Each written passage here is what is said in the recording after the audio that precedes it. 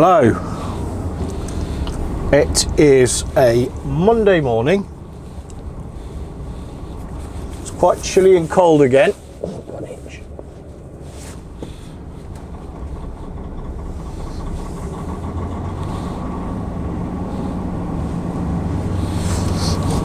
Time is about 7 o'clock. Starting my shift at 6. I've done all my daily. Thank you. I've done all my daily checks on my truck and my trailer. Everything's good.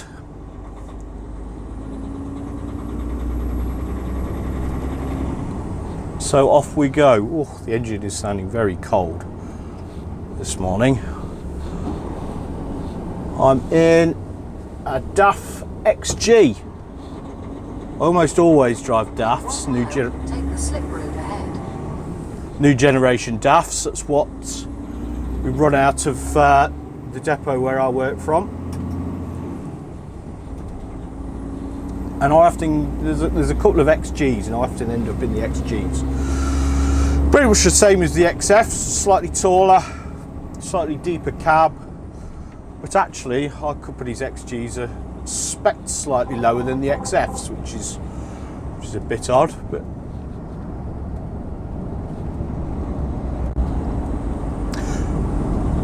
so I'm in the DAF XG 480.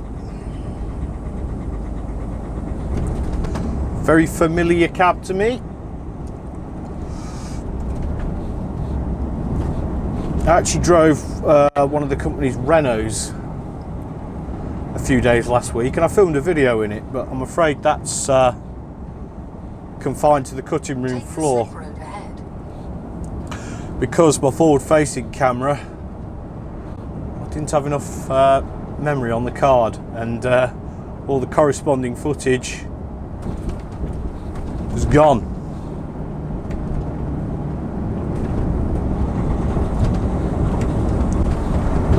You didn't miss much.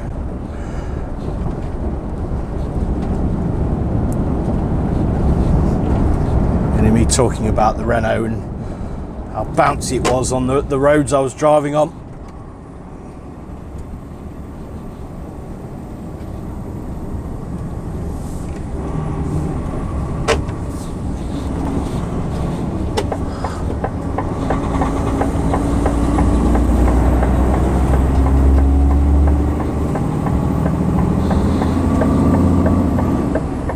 Continue on A1.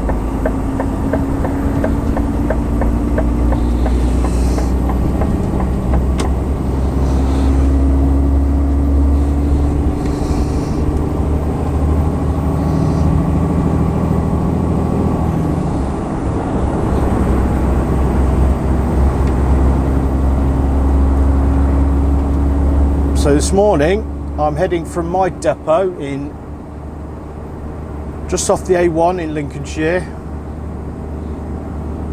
Okay, you can see where we are. I'm heading down to Wembley. Well, the address says Wembley, it's really Park Royal. Place I've been to a few times before. It's a curbside delivery. Do deliveries and collections there. It's a curbside delivery. It's on a tight and busy little industrial area. So that's a bit of a challenge, but it's all fun. I've got a full load, 26 pallets, frozen. It's all frozen.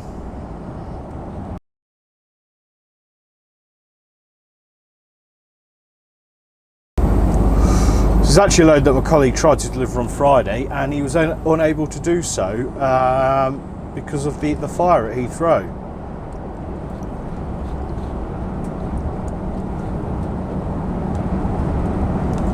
So drove all the way down there and had to come back. So this is a re-delivery.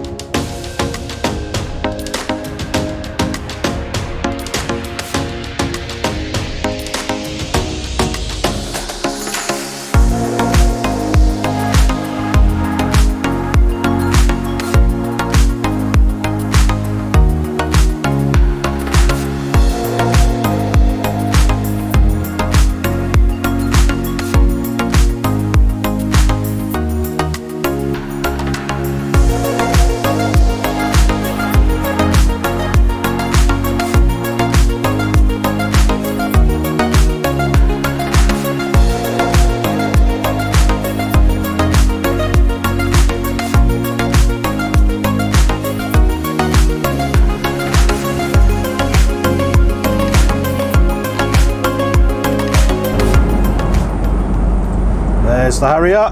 It was always a landmark for me when travelling on this road as a child. One of the more exciting landmarks.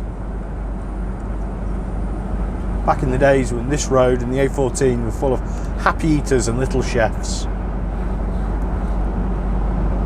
I used to love stopping off at a happy eater, and they had a distinctive smell that I can if I could describe it, I could replicate it now, I could smell it now, but I don't know what it is. I mean, it was sort of coffee, but there was more to it than that.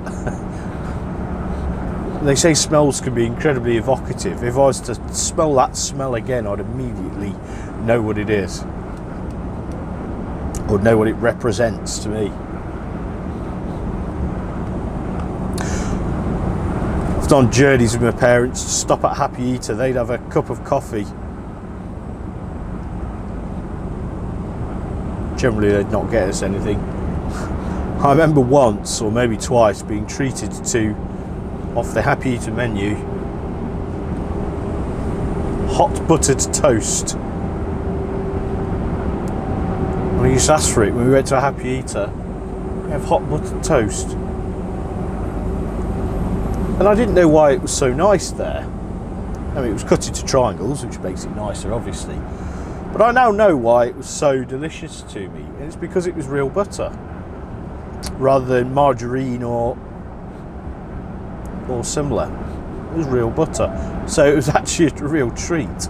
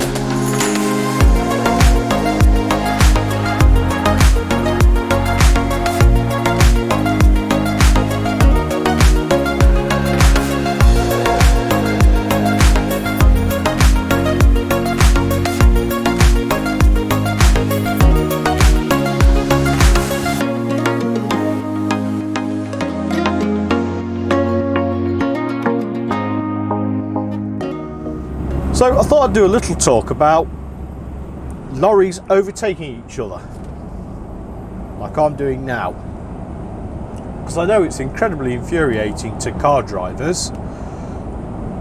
I drive a car, it's irritating to me, particularly if you're on it's just a two-lane carriageway. So I'll explain why lorry drivers do it. So we're all limited to 56 miles per hour.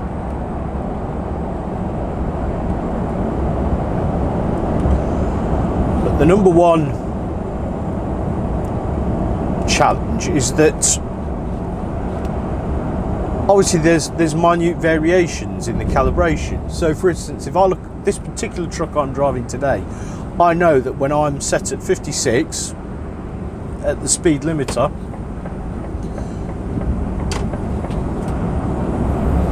I'm actually only going about 54.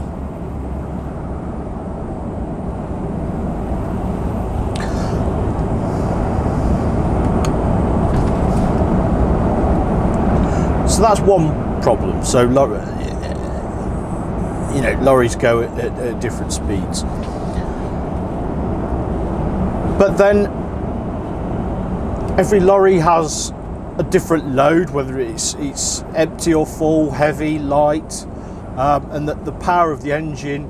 So if it was a completely flat road with nothing slowing you down, then the calibration of your speed limiter would be a factor that influenced the different speeds of the trucks. But in reality, as we're going up and downhill, you'll find that some trucks really slow down going up the hill because they've got a heavy load and it's perhaps not as powerful, and other reasons.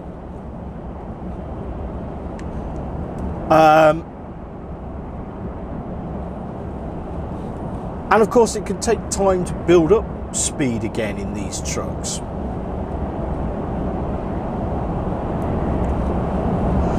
So if you're in a truck that's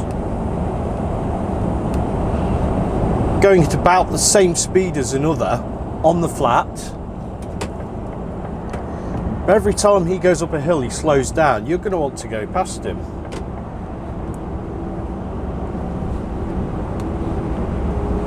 So he can, really slow you down. And the problem is, particularly if it's a steep section of hill, you need to preserve as much as your momentum as possible going up that hill, because if you have to slow down, it can then be very difficult for you to get going again. And actually, it doesn't need to be a particularly steep hill. We're going uphill now. All right, it's not too bad, but you might find if you've got a lower powered truck or a heavy load that you're quite slowed down by this. There are other factors as well, but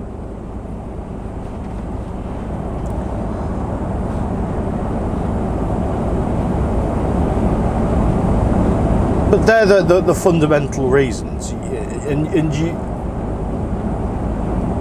sometimes you're stuck behind a truck and you think, oh, well, I'm going at the same speed as him, but I'm sort of 0.5% faster, and you have to make a decision. You go, well, do I go past him? See, this guy's just struggled to go past me, and now he's trying to pull back in too early. That is a bit out of order, mate, actually. Look how bloody close I am. Really, I've got to slow down now. For fuck's sake.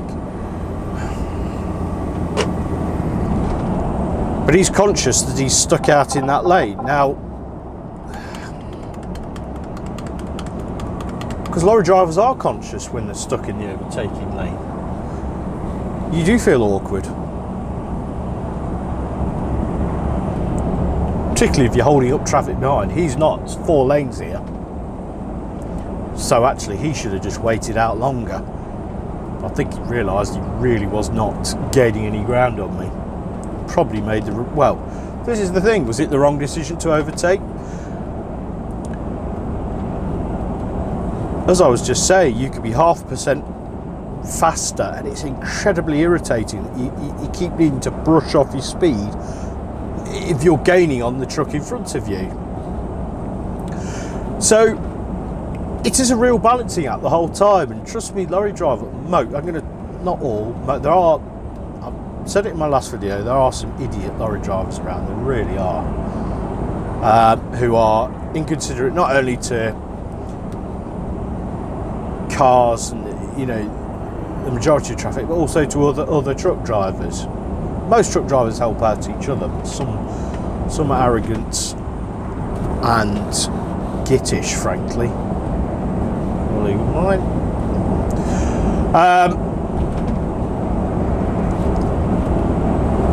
So it's a real challenge trying to make that decision. Do I overtake? And sometimes you get it wrong.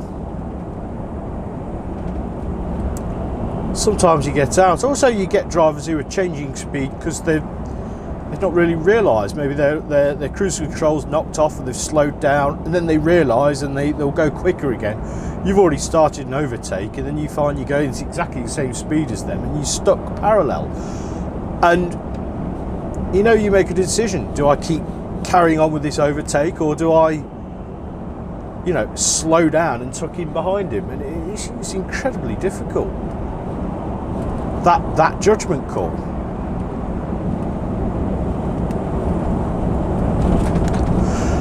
So next time you're getting annoyed at lorries overtaking each other, just be aware that in most cases they really don't want to be annoying you. They're probably feeling quite self-conscious about holding traffic up, but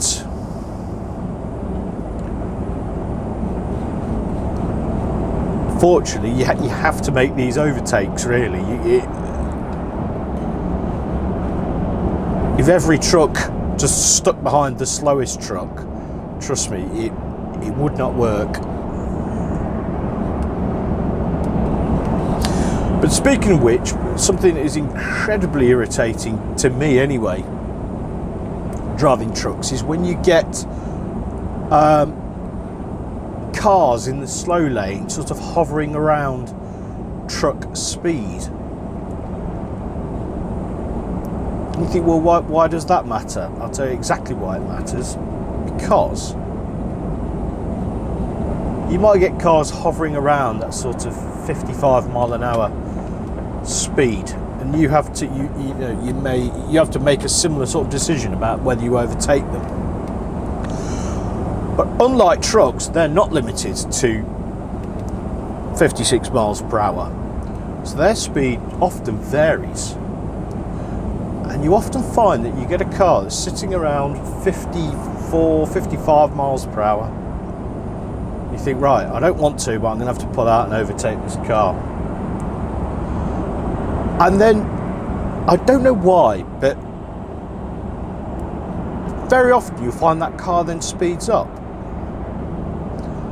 I don't know if there's something in the subconscious that the driver thinks, oh, maybe I'm going a bit slow, I'll just put a couple of extra miles per hour on.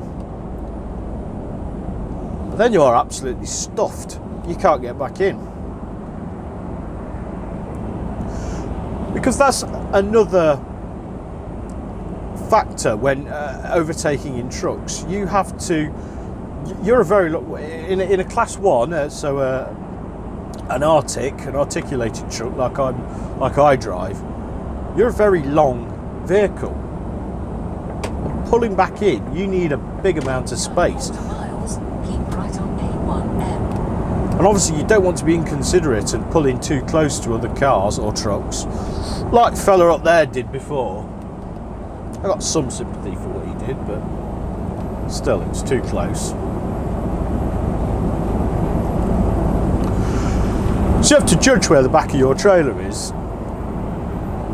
Now, when I'm driving this truck, or these trucks, so the new generation DAFs, ours have all got cameras instead of mirrors, which they're not necessarily better or worse than traditional mirrors. They're just different. There are pros and cons for each system. But because I use these most of the time, I know really where the back of the trailer is, so I could judge it quite well. So last week when I was driving a Renault, which had traditional mirrors, I was slightly put out a bit. It was because it was different to how I'm used to, and much harder for me to judge where the back of the trailer was. So trying to pull back in after an overtake is more difficult, and so you can look like you're just hanging out in the overtaking lane, but actually you're trying to be considerate and not cut in too early in front of people.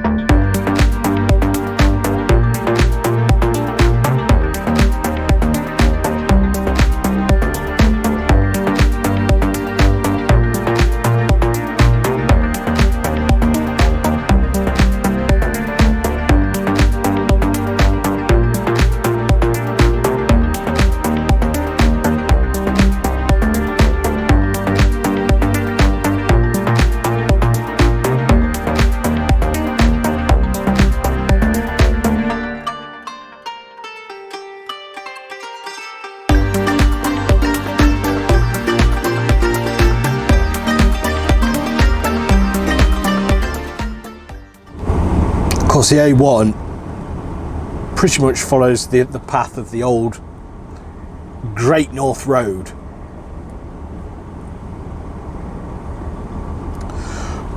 But over the years, as the A1 has been modernised, bits of the original A1 and certainly the original Great North Road have been bypassed. So all these towns we're going past, originally the road would have gone straight through them, and they all had these, you know, these places were thriving by virtue of the fact that they were just on the Great North Road.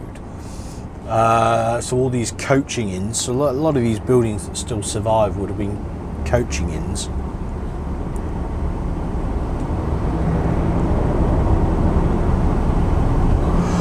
But the Great North Road goes back many years. In fact, the Stamford, a town which is, we've just been past it this morning, it's just off the A1, but originally the Great North Road would have gone straight through it. And actually the Stamford Mercury, the local newspaper there, I believe there is some remarkable statistic about it. I think it's the oldest continuously running newspaper in the country, but it used to be almost a national newspaper, the Stamford Mercury, because it was sold on the Great North Road.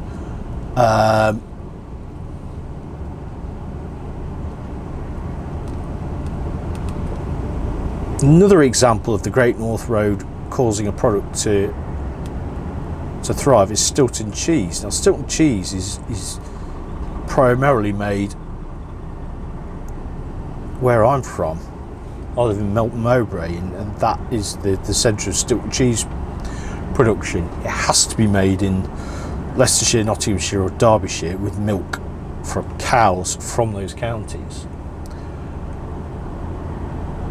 But it got its name from the village of Stilton on the Great North Road. It's bypassed now, it's just south of Peterborough there, which is where it was first sold. It was sold in the Bell Inn, which is still there. In fact, I've eaten there. Bell Inn in Stilton. So that's where it's got its name, but that cheese has never been made there. At the roundabout, take the fourth exit to A421. There are actually debates about the true origins of it, but there are some pretty good accounts of where it came from. But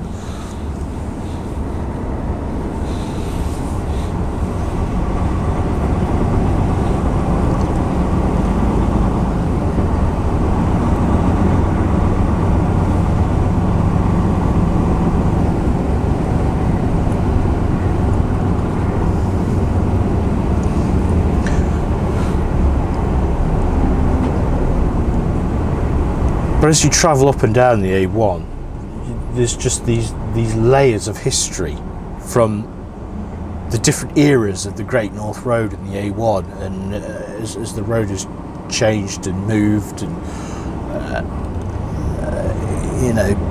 towns and villages have been bypassed, but it had sort of certain heydays. I mean, one time, beyond the old Great North Road days, when it was the A1, it was the main north to south road in the country until the M1 was built. So it had its heyday. Then it did actually sort of decline for a while.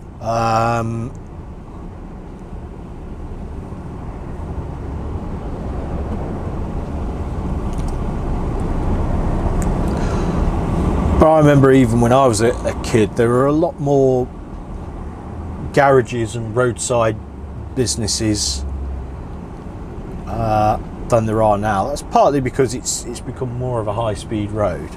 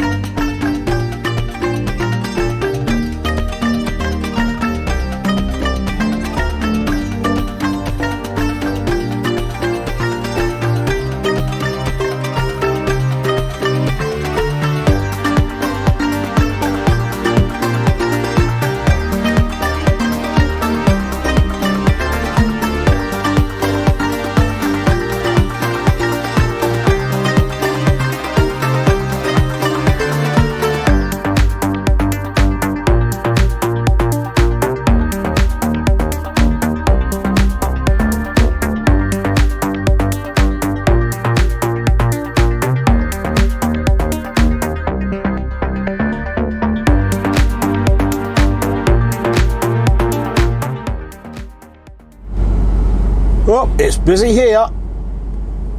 What do you expect? It's London. It's the North Circular. 9:43, so you would have thought we've missed the worst of the rush hour traffic, but and I need the toilet again. Well, only about 20 minutes away. A lot of truck drivers hate coming into London. It's pretty obvious why. I don't mind it actually.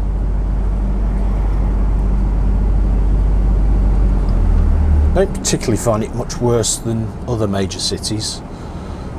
Things you need to be aware of course.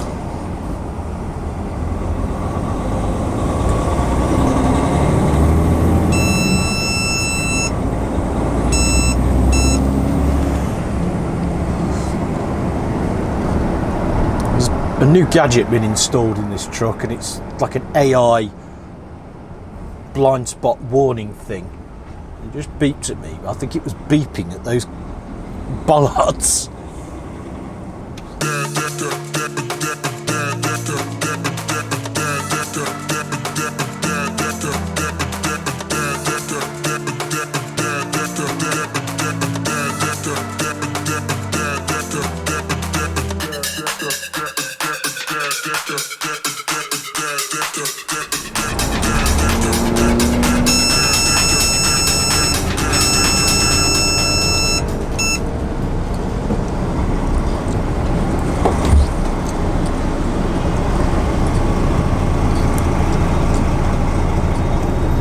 Blind spot thing doesn't like traffic cones.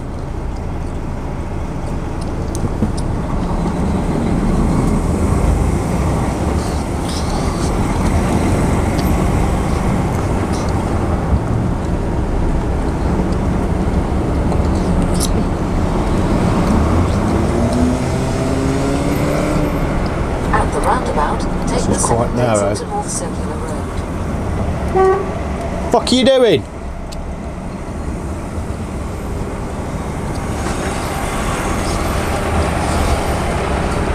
What an idiot.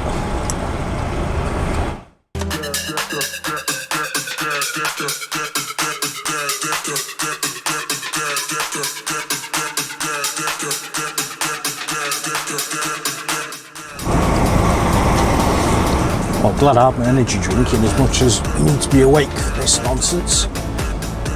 But I do need a wee, a lot.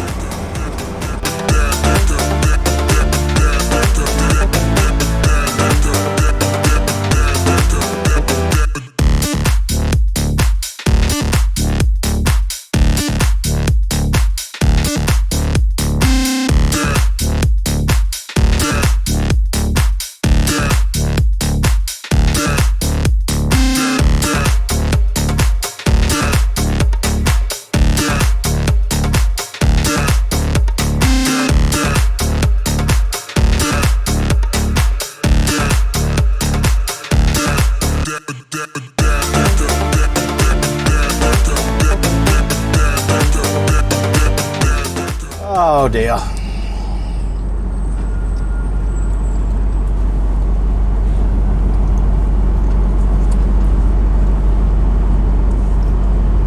This is a bit ridiculous because all these parked cars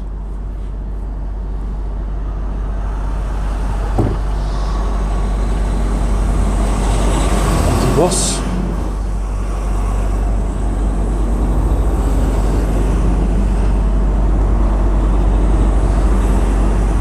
Tally-ho. Turn right onto Aberdeen Road. Say the drivers in London are shit and unhelpful, but the bus drivers are good. Give them their due. They always show a lot of respect and courtesy for us truck drivers, in my experience. So right, here we go. The fun begins. Whoa.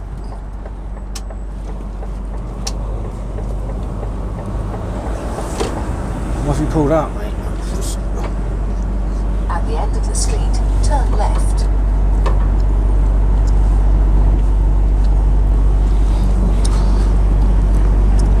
What the fuck are you doing? weighted.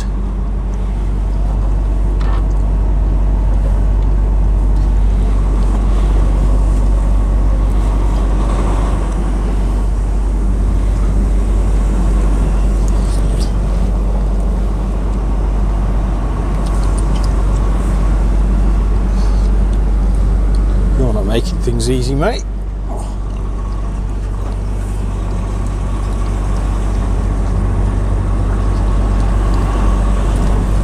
Oh.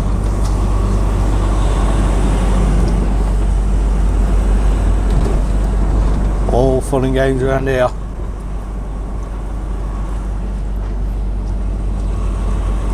Oh.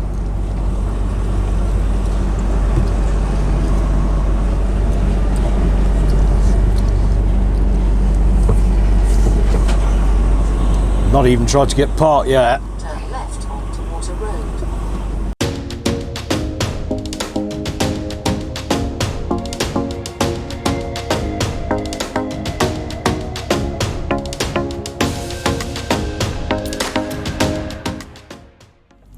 So, I think my in-cab camera battery cut out just as I was parking up there, so amazing timing. So I've done my drop. It's a self-tip, that one, so I have to get all the pallets off myself, all 26 of them, with the help of the forklift driver. So he'll take the first 4 off, then he'll forklift up a pump truck onto the deck of the trailer, then I have to manoeuvre them to the lip so he can take them off with his forklift. So we had a mixture of samosas, parathas, garlic, ginger, bindi, okra, all delicious stuff. So fortunately I don't get to eat any of it, but that's offloaded. I've potentially got a collection now from, I think it'd be Peterborough. We'll see how it goes. I've now just got to navigate the London traffic getting back to the Midlands, so let's see how it goes.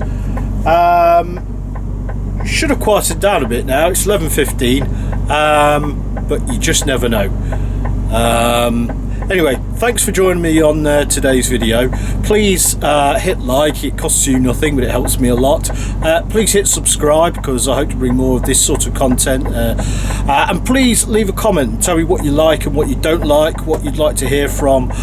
If you have any questions about the life of a frozen Class 1 driver. The driver's not frozen, the goods are. And I'll see what I can do in future videos. Thanks again for joining me. Please do like and subscribe and comment. And I hope to see you all again soon. Thank you. Bye bye.